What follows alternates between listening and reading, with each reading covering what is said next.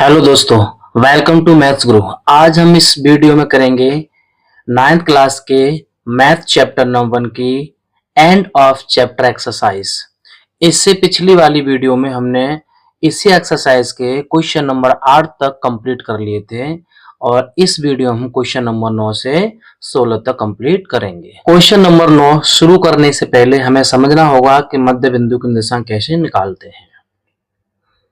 मध्य बिंदु के निर्देशांक, ये एक रेखा है जिस पर दो बिंदु हैं ए और बी।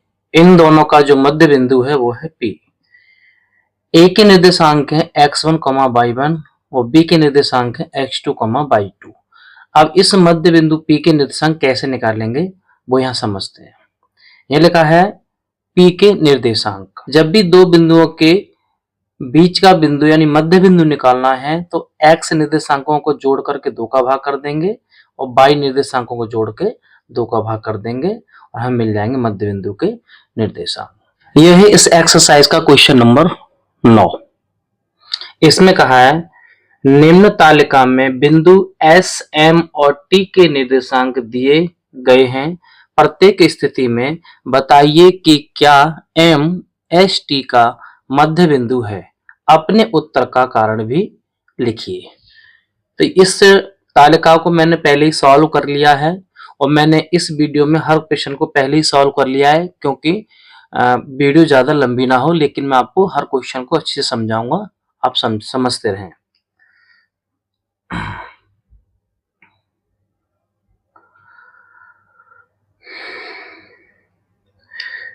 पहला दिया है ये S के बिंदु हैं सभी, ये M के बिंदु हैं सभी, ये T के बिंदु हैं सभी। ये हमको करना था। तो पहले में S और T का जो M है ये मध्य बिंदु है या नहीं, इस बात को हम जांच लेते हैं। यहां देखिए हम कैसे निकालते थे। पहला और पहला यानी X निर्देशांकों को जोड़ करके 2 का भाग देते थे और Y निर्देशांकों को जोड़ के 2 का भाग दिया और सॉल्व किया तो मिला 0,0, जो कि किसके बराबर है, M के बराबर है।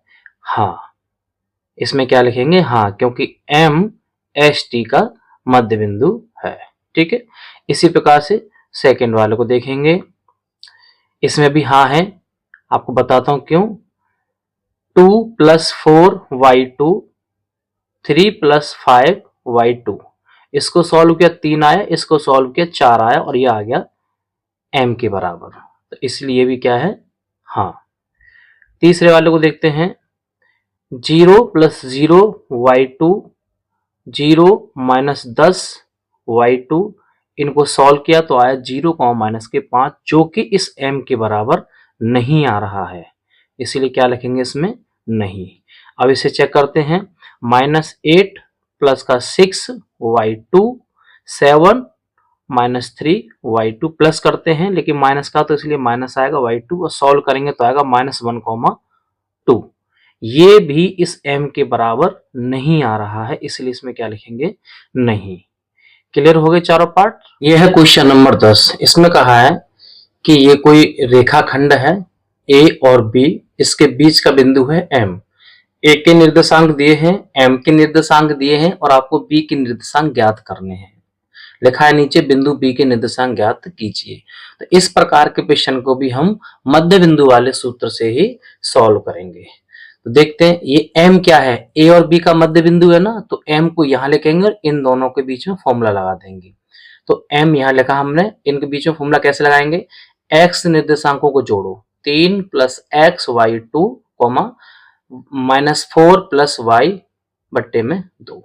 ठीक है, ये x निर्देशांक बन गया, ये बन गया y निर्देशांक। x वाले निर्देशांक की x वाले से हमने तुलना कर ली और y निर्देशांक की y वाले से तुलना कर ली। इसे जब सॉल्व करेंगे तो 2 इधर जाएगा, 14 हो जाएगा माइनस का, 3 को उधर ले जाएंगे तो -3 और दोनों क्या हो जाएंगे, -17। इसी प्रकार से इस 2 को इधर मल्टीप्लाई कर लेंगे, -4 + y = 2 हो गया और 4 को जब उधर लेके जाएंगे तो प्लस का हो जाएगा, y आ गई 6। इस प्रकार हम कह सकते हैं कि जो B के निर्देशांक आए हैं -17,6। समझ में आया क्लियर। इस प्रकार कह सकते हैं कि B के निर्देशांक आ गए -17,6। 11वां क्वेश्चन करने से पहले हमें समझना होगा विभाजन सूत्र, क्योंकि क्वेश्चन नंबर 11 में हम इसी ही फॉर्मूले का यूज करेंगे। तो विभाजन फॉर्मूला कैसे है, ये कोई रेखाखंड है P और Q जिसके निर्देशांक इधर दिए हैं और Q के निर्देशांक इधर दिए हैं। एक बिंदु M है जो इस रेखाखंड को बीच से डिवाइड कर रहा है, विभाजित कर रहा है दो पार्टों में। मान लिया पहले पार्ट का विभाजन M1 है, दूसरे पार्ट का विभाजन M2 है। हमने यहाँ लिखा भी है कि जहां M1 और M2 क्या है, विभाजन अनुपात है। ये निर्देशांक हो गए और ये इनके अनुपात हो गए जो इस पार्ट में इसको विभाजित किया था। अब यहाँ फॉर्मूला कैसे बनाएंगे वो देखिए। हमेशा चाहे विभाजन का फॉर्मूला हो चाहे मध्य बिंदु का फॉर्मूला हो, ये बीच वाला बिंदु यहाँ लिखा जाता है और इन दोनों के बीच में कंडीशन लगाई जाती है। तो ये लिखा हमने m x, y is equal to, अब ये लिखेंगे कैसे, देखेंगे m1 x2, इसको याद कर लेना। याद करने की ट्रिक है 12 21, इधर भी 12 21, इधर भी 12 21, 12 21 बट्टे 12, 12 21 बट्टे 12, 12 कैसे m1 x2, 21 कैसे m2 x1 अपॉन में 12 कैसे m1 प्लस m2, इसको याद कर लेना। हमने इसके अंदर ये लगा दिया है, ठीक है। अब इस फॉर्मूले का यूज करके हम अगले क्वेश्चन को सॉल्व करते हैं। यह है क्वेश्चन नंबर 11।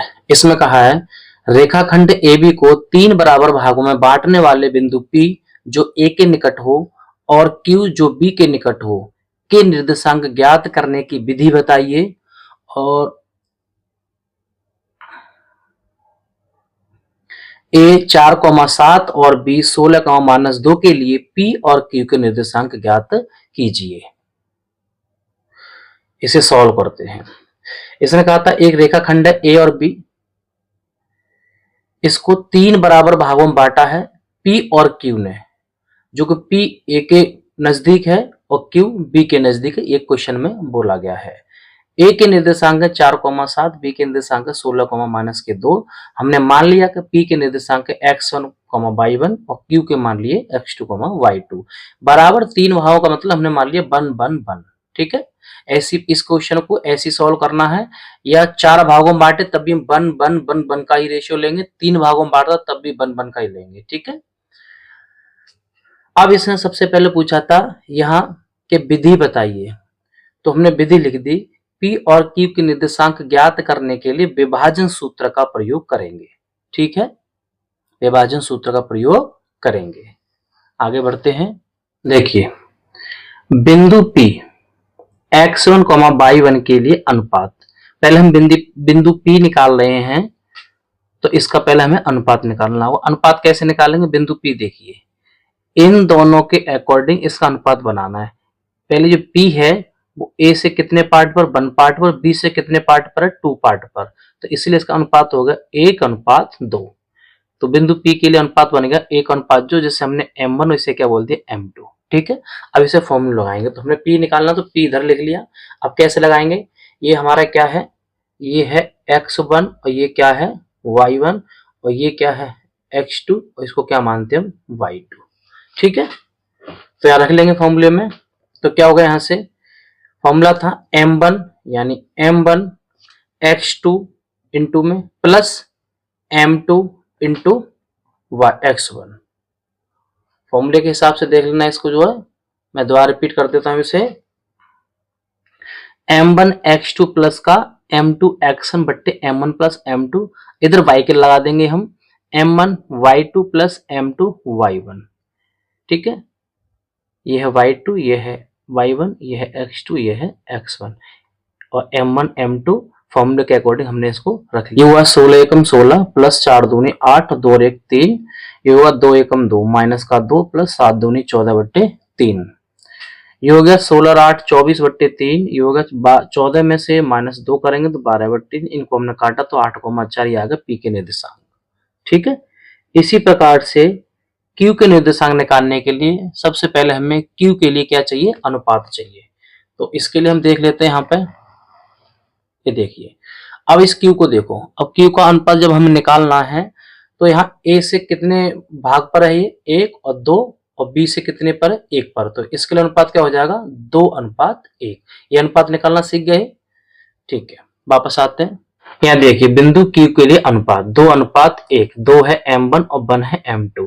m1 m2 मिल गए, x1 y1 x2 y2 ऊपर है अब इनको हम पुट कर लेते हैं। ये हमने उसी फॉर्मूले के हिसाब से पुट कर लिए हैं। ये होगा 16 दूनी 32, 4 एकम 4 बट्टे में 3, 2 दूनी 4 माइनस प्लस 7 एकम 7 अपॉन में 3, 32 और 4 36 बट्टे 3 हो गया। 7 में से 4 जाएंगे 3 बट्टे 3, इससे काटो इसको 12 बार कटेगा, ये इसको एक बार कटेगा। ये आ गया क्यू के निर्देशांक। हमने पी के निर्देशांक निकाले, हमने क्यू के निर्देशांक निकाले। यह क्वेश्चन नंबर 12 जिसका पार्ट 1 सॉल्व करेंगे। पहले दिए गए बिंदु ए बी और सी हैं। दिखाइए कि ये सभी बिंदु एक वृत्त के पर स्थित है जिसका केंद्र मूल बिंदु O है। वृत्त के की त्रिज्या क्या है? हमने इसको ड्रॉ कर लिया है और देखिए ये एक्स अक्ष हो गया, ये वाई अक्ष हो गया। ये हमने एक वृत्त बना लिया जिसका केंद्र क्या है 0,0 से O से रिप्रेजेंट किया है। इस वृत्त को नाम दिया के। क्वेश्चन में बोला है ये 3 बिंदु थे ए बी और सी, तीनों बिंदु इस तरह परिधि पे इसके पे हमने अंकित कर दिए। अब ये हमें बताने हैं कि ये तीनों जो बिंदु हैं इस वृत्त पर ही हैं। यदि हम O से A, O से B, O से C, O A के बीच की दूरी, O B के बीच की दूरी, O C के बीच की दूरी अगर तीनों निकालने और तीनों बराबर आती हैं तो कह सकते हैं कि ये तीनों बिंदु इस वृत्त पर स्थित है। वही हमने यहाँ किया है। हमने निकाला पहले OA, इन दोनों के बीच की दूरी, 1 में से 0 घटाया होल स्क्वायर प्लस इसमें से इसे घटा इसको स्क्वायर किया। ये 1 का स्क्वायर 8 का स्क्वायर 64 कितना होगा 65। इसी प्रकार से इसे सॉल्व किया, इसी प्रकार से इसे सॉल्व किया और तीनों निकल के आगे 65 65 65। यहाँ कह सकते हैं OA बराबर OB बराबर OC बराबर 65। अतः तीनों बिंदु एक ही वृत्त के पर स्थित हैं और वृत्त के की जो त्रिज्या हो गई वो रूट में 65 हो गई। यह क्वेश्चन नंबर 12 का सेकंड पार्ट। इसमें कहा है बिंदु डी और ई दिए गए हैं। जांच कीजिए कि डी और ई वृत्त के अंदर हैं, वृत्त पर हैं या वृत्त के बाहर हैं।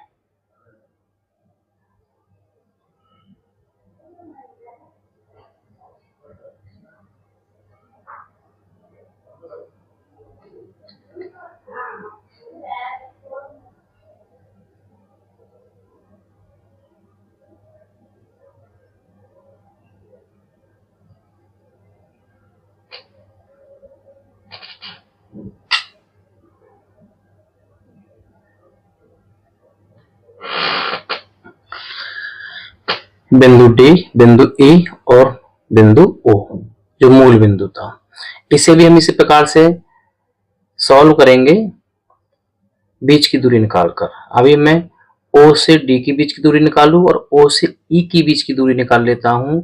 अगर ये दूरी रूट 65 से कम आती हैं तो वृत्त के अंदर होंगे और रूट 65 से ज्यादा आती हैं तो वृत्त के बाहर होंगे। तो हमने निकाला पहले OD, इसमें से इसे घटा के वर्ग किया, इसमें से इसे घटा के वर्ग किया, 5 का वर्ग 25 और 6 का वर्ग 36, जोड़ा कितना आ गया 61। अब निकाला हमने OE, इसमें से इसे माइनस किया स्क्वायर किया प्लस इसमें से इसे माइनस किया इसका स्क्वायर किया, ये 0 हो गया, ये 81 हो गया, रूट 81 या लिख सकते हैं इसको 9। ठीक है, ये मुझे 12 बताने की जरूरत नहीं है, मैं पहले ही सिखा चुका हूं आपको पहली वीडियो में, आप देख लेना। ठीक है, अब यहां देखिए जो OD है, जो OD आया है रूट में 61 यानी रूट में 61। OD वो रूट 65 से छोटा है तो D वृत्त के कहां होगा अंदर होगा। OE रूट 65 से बड़ा है यानी रूट 81 आया है।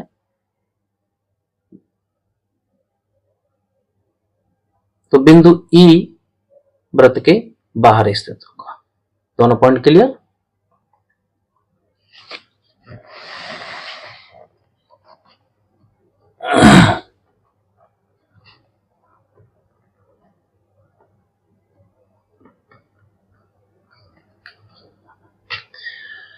यह है क्वेश्चन नंबर 13। त्रिभुज ABC की भुजा के मध्य बिंदु क्रमशः D, E और F हैं। यदि D इतना, E इतना और F इतना है तो A, B और C के निर्देशांक ज्ञात कीजिए। हमने इसके अकॉर्डिंग ये बनाया है। एक त्रिभुज है जिसके शीर्ष हैं A, B और C, मध्य बिंदु हैं D, E और F। D के बिंदु दिया है, E का बिंदु दिया है, F का बिंदु दिया है आपको A, बी और सी का बिंदु पूछा था।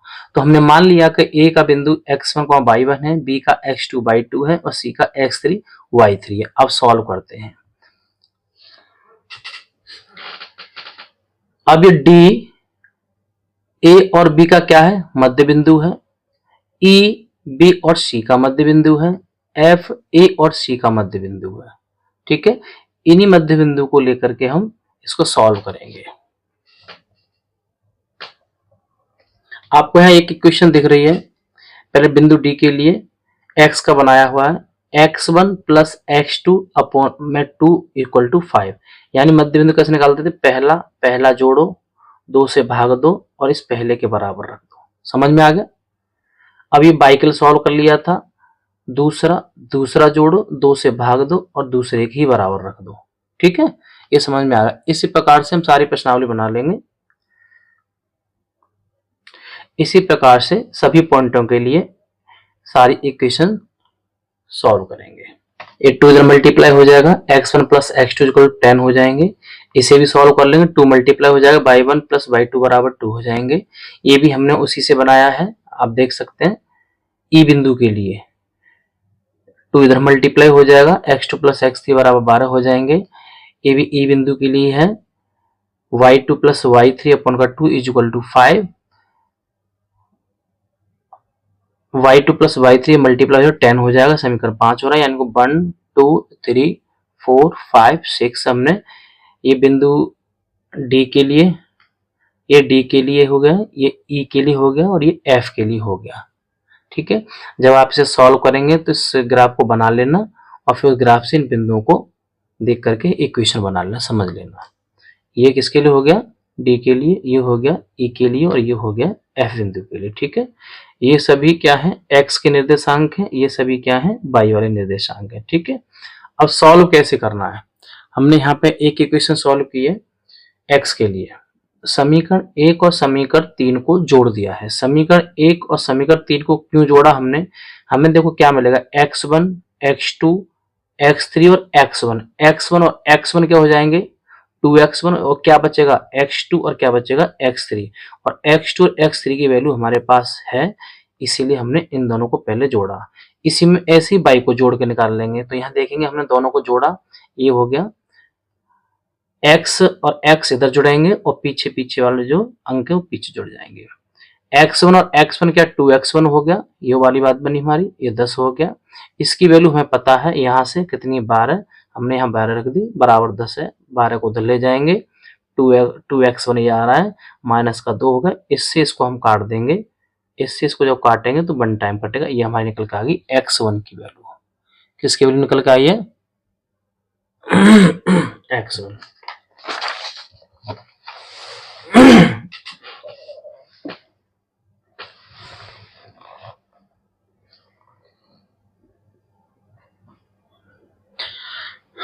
x1 की वैल्यू -1 अभी सॉल्व की, तो यहाँ लिखा x1 इज इक्वल टू -1 समीकरण 3 में रखने पर। समीकरण 3 था x1 प्लस x3 बराबर 0।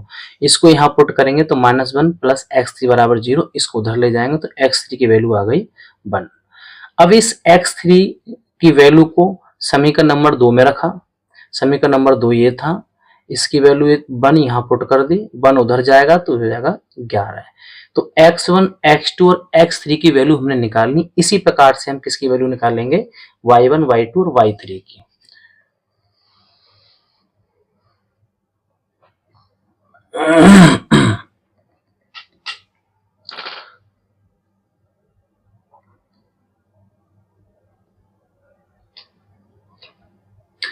इसी प्रकार y के लिए सॉल्व कर रहे हैं। समीकरण 4 और समीकरण 6 को दोनों को जोड़ा तो समीकरण 4 ये था और समीकरण 6 ये था। समीकरण 4 की वैल्यू 2 थी, समीकरण 6 की वैल्यू 6 थी। देख लेना पिछले इक्वेशन में।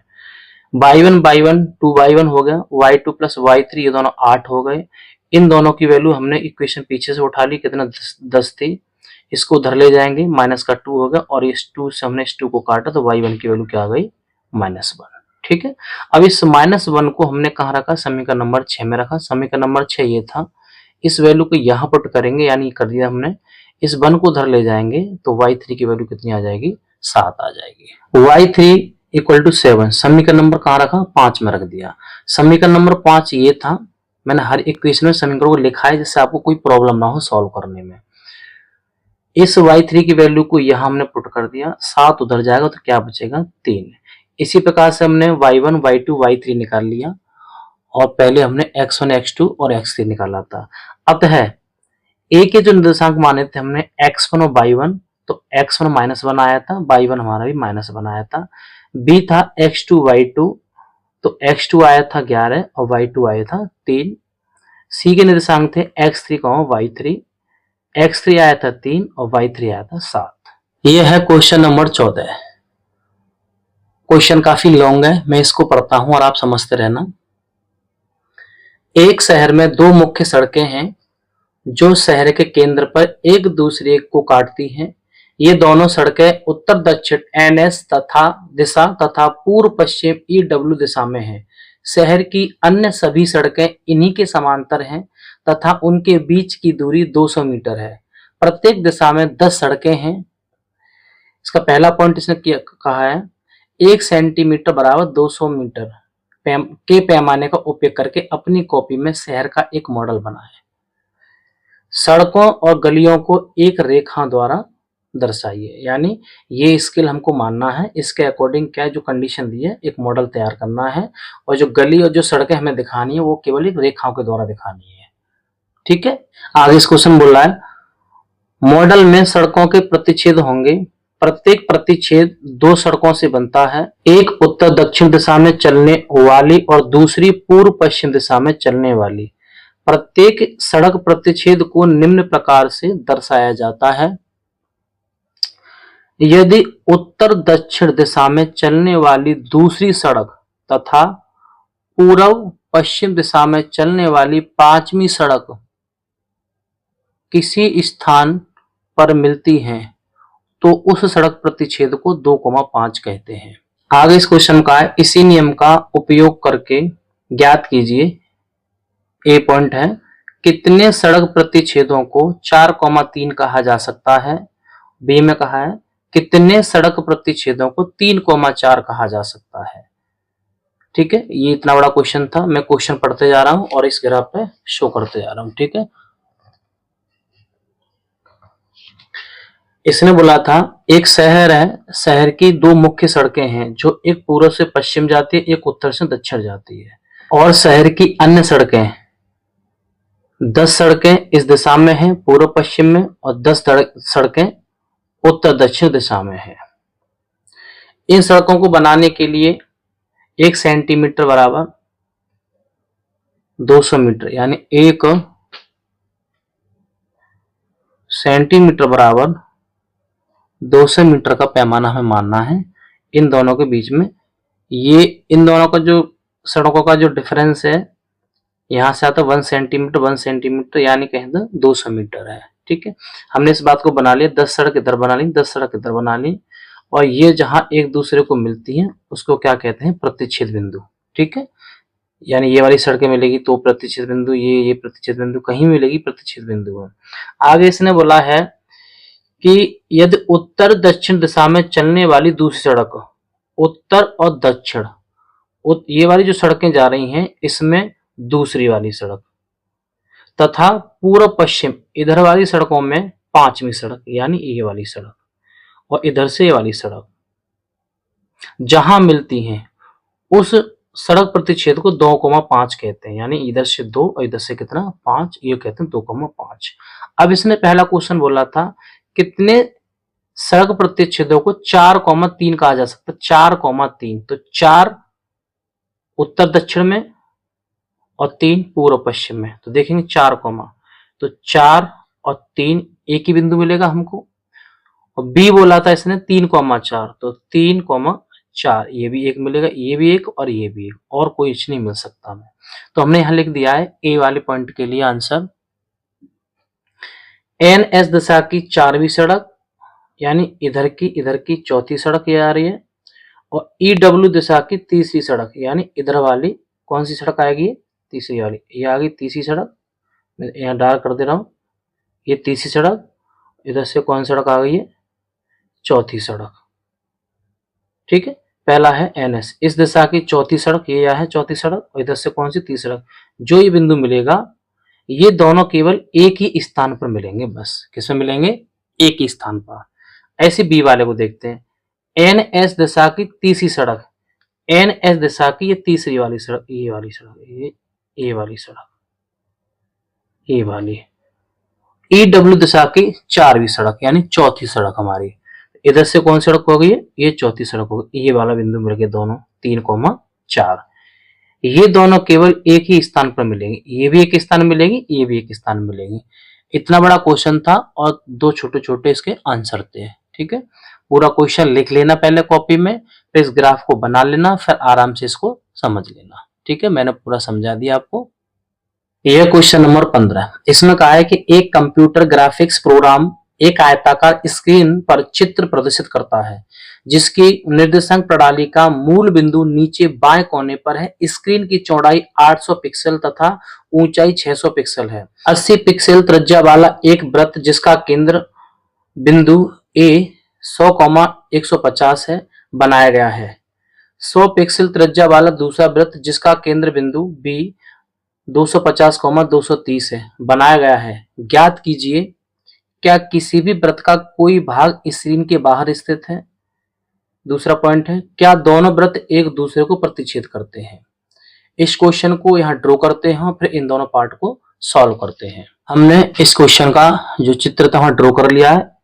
इसने बोला एक कंप्यूटर स्क्रीन है, ये हमने बना ली, जिसकी जो चौड़ाई है 800 पिक्सल है और जो ऊंचाई है 600 पिक्सल है। ठीक है, अब इसने बोला कि एक दो वृत्त बनाइए। पहला वृत्त बनाना है, उसका केंद्र बिंदु है 100,150 और दूसरा बनाना उसका 250,230। ये कैसे बनाए हमने, इधर से 100 और इधर से 150 जहां मिला वो खींच दिया। कितना खींचा, 80 पिक्सल का इसने बोल दिया था, यानी कह सकते हैं 80 इसकी त्रिज्या है। सेकंड वाला इधर से 250 इधर से 230 जहां मिला वो हमने खींच दिया, कितने का, 100 त्रिज्या का, 100 पिक्सल का लेके। ठीक है, अब पहला क्वेश्चन ये था कि इन जो वृत्त हमने बनाए हैं क्या इस स्क्रीन से बाहर जाएंगे, कुछ कोई सा भाग इनका इस स्क्रीन से बाहर है क्या। दूसरा क्वेश्चन ये था क्या ये दोनों एक दूसरे को प्रतिच्छेद करेंगे। चित्र में तो हमें नजर आ रहा है कि स्क्रीन से बाहर भी नहीं है और एक दूसरे को प्रतिच्छेद कर रहे हैं, लेकिन इसको हमें सॉल्व करके बताना है। यहाँ देखिए पहला पॉइंट सॉल्व कर रहे हैं वृत्त 1 के लिए। आप वृत्त पहले के लिए देखेंगे, यहां से यहां तक क्या था, 100 था, क्या था 100 पे तो इसका सेंटर लिया था और 100 में फिर क्या जोड़ दिया था, 80 इसकी त्रिज्या और बढ़ गया, लगभग यहाँ पे आ गया। वही बात है दर्शाइए, इधर त्रिज्या लिए आप, इधर भी तो त्रिज्या है तो 100 में से त्रिज्या घट जाएगी और इधर त्रिज्या जुड़ जाएगी। तो x बराबर 100 लिया पहले, उसमें प्लस माइनस हमने 80 कर दिया। अगर 100 में से 80 घटता है तो 20 आता है, 100 में से जुड़ता है तो 180 आता है, यानी 20 से कहां तक जाएगा, 180 तक। जो ये व्रत जाएगा कहां तक जाएगा, 20 से 180 तक जाएगा। लेकिन यहाँ क्या है, 0 से 800 तक है, तो इसका मतलब 0 से 800 के बीच में ही तो आ गया 20 और 180। अब बाई कित देख लेंगे, बाई कितना था 150, इधर जाएंगे तो 150, यहाँ से ये रहा 150। अब 150 में से अगर ये वाला 80, ये देखो ये 80 इधर भी 80 होगा और ये इधर भी 80 होगा और ऊपर भी 80 होगा। ठीक है, अगर यहां से ये वाले 80 घटाते हैं, यहां से 80 घटा दो, इसमें 80 जोड़ दो। क्लियर, समझ में आ रहा है। ये जो पॉइंट है इसका 150, 150, इसमें 80 जोड़ो, इसमें 80 घटाओ। तो हमने इसमें 80 जोड़े और 80 घटाए, जब 80 घटाए तो 70 आया और 80 जोड़े तो 230 आया। तो 70 और कितना आया, 230 आया। और लेकिन यहाँ क्या है, 0 से 600 है, तो 0 से 600 के बीच में तो ये कंडीशन आएंगी। तो इससे हम कह सकते हैं कि इन दोनों कंडीशन के हिसाब से ये पूरा व्रत कहाँ होगा, स्क्रीन के अंदर बनेगा। ठीक है, अब दूसरे वाले व्रत को सॉल्व कर लेंगे इसी प्रकार से। दूसरे वाले व्रत को देखिए, इधर आइए, ये कहां पे था, ये 250 पे था इधर। अब इसकी तरफ जाती है 100, अगर 250 में 100 जोड़ देंगे तो कितना आएगा, 350, और इस 250 में से 100 माइनस कर देंगे तो कितना आएगा, 150। देखो 250 में 100 माइनस किया तो 150 आया, 100 जोड़ा तो कितना आ गया, 350 आ गया। ये 150 और 350 के बीच में आ गई इसकी जो है ये चौड़ाई। लेकिन चौड़ाई इस पे क्या है स्क्रीन की, 0 से लेके 800 तक है, तो ये वाली कंडीशन भी इस बीच में ही आ जाएगी। अब बाई एक्स पे चेक कर लेते हैं, y अक्ष पे कितना था, ये 230 था, यहाँ कहीं था 230। ठीक है, अब 230 में हमने क्या किया, 100 जोड़ दिया तो कहाँ पहुंच जाएगा, 330 पहुंच जाएगा, और 100 घटाएंगे तो कितना आ जाएगा, 130 आ जाएगा, यानी यहां से यहां तक रहेगा, फिर भी तो रहा इस स्क्रीन के अंदर ही। ठीक है, 130 से 330 कंडीशन हो गई, और कंडीशन क्या है यहाँ पर स्क्रीन की, 0 से 600 तक है। तो इन दोनों कंडीशन के अकॉर्डिंग क्या हुआ कि ये रहेंगी स्क्रीन के अंदर, तो यहाँ लिख देंगे अतः पूरा वृत्त स्क्रीन के कहाँ रहेगा, अंदर। ये कंडीशन भी स्क्रीन के अंदर है, किसके लिए, ये वृत्त 1 के लिए, और ये किसके लिए है, वृत्त 2 के लिए है। ठीक है, यहाँ लिख देंगे नीचे, अतः कोई भी वृत्त स्क्रीन से बाहर नहीं जाता है। ठीक है,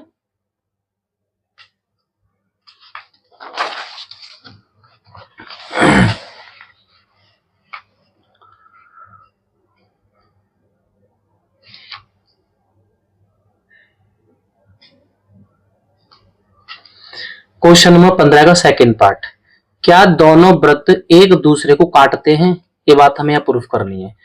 तो पहले वृत्त के केंद्र ये हैं, दूसरे वृत्त के केंद्र ये हैं, दोनों के बीच की दूरी हम निकाल लिए तो कितना आ रहा है, 170। बीच की दूरी कैसे निकाल लेंगे, इसमें से हमने इसे घटा के वर्ग कर दिया, इसमें से इसे घटा के वर्ग कर दिया, ये कितना बचा 150, ये कितना बचा 80, इसका वर्ग करेंगे तो आ गया 22,500, ये आ गया 64, दोनों को जोड़ा तो इतना आ गया, इसका स्क्वायर रूट लिया यानी वर्ग मूल लिया तो कितना आ गया, 170 आ गया।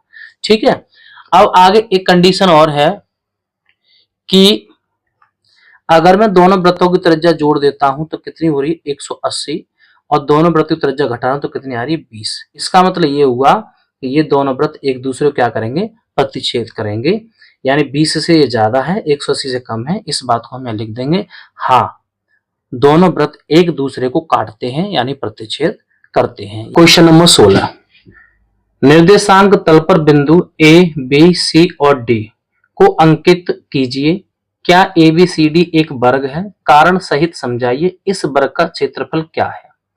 अभी हमने क्या एक निर्देशांक तल बनाया, x अक्ष और y अक्ष, इस पे बिंदु लगा लिए। अब इन बिंदुओं को हमने यहाँ अंकित कर दिया और आपस में इनको मिला दिया। ये देखने से तो लग रहा है एक वर्ग है, लेकिन हम इसे प्रूफ करेंगे सॉल्यूशन के साथ। भुजाओं की लंबाई ज्ञात करेंगे, तो पहले AB की लंबाई करिए ज्ञात, हमने कितना आ गया, रूट में 10 आया। BC की लंबाई ज्ञात करी, ये भी कितना आएगा, रूट में 10 आ गया। CD की लंबाई ज्ञात करी, कितना आया, रूट में 10 आया। AD की लंबाई ज्ञात करी, रूट में कितना आया, 10 आया। लेकिन सर ये तो आपने हमें समझाया नहीं, ये बीच की दूरी का सूत्र लगा करके इनको हमने निकाला है। AB और BC और CD और AD अभी हमने जो ग्राफ बनाया था उसमें है, वहां से देख करके आप इनको लगा लेंगे।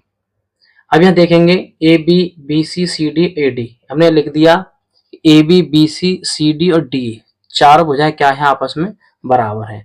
विकर्ण AC, विकर्ण AC का मध्य बिंदु कितना आया, 0 0। विकर्ण BD का मध्य बिंदु भी कितना आ गया, 0 0। दोनों सेम आ गई, चार भुजाएं सेम आ गई, इसलिए कह सकते हैं यहाँ पे दोनों विकर्ण एक दूसरे को समद्विभाजित और लंबवत काटते हैं, अतः ABCD क्या है, एक वर्ग है। लास्ट में इसने पूछा था कि जो वर्ग ABCD है उसका क्षेत्रफल ज्ञात कीजिए। अभी हमने प्रूफ किया है कि वर्ग ABCD की भुजा कितनी निकल के आई थी, 10 निकल के आई थी, और वर्ग का क्षेत्रफल होता है भुजा का स्क्वायर, तो हमने इसका स्क्वायर कर दिया, स्क्वायर करेंगे तो कितना निकल के आएगा, 10 वर्ग इकाई। उम्मीद करता हूं कि इस वीडियो में भी आपको सभी क्वेश्चन अच्छे समझ में आ गए होंगे। इस वीडियो में मैंने सभी प्रश्नों को इसलिए पहले सॉल्व कर लिया था कि वीडियो ज्यादा लंबी ना हो, और आप हर वीडियो को देखिए, अपना प्यार दीजिए, लाइक शेयर एंड सब्सक्राइब कीजिए, बेल आइकन दबाना मत भूलिए। ऐसे ही वीडियो देखने के लिए आप जरूर कमेंट करें।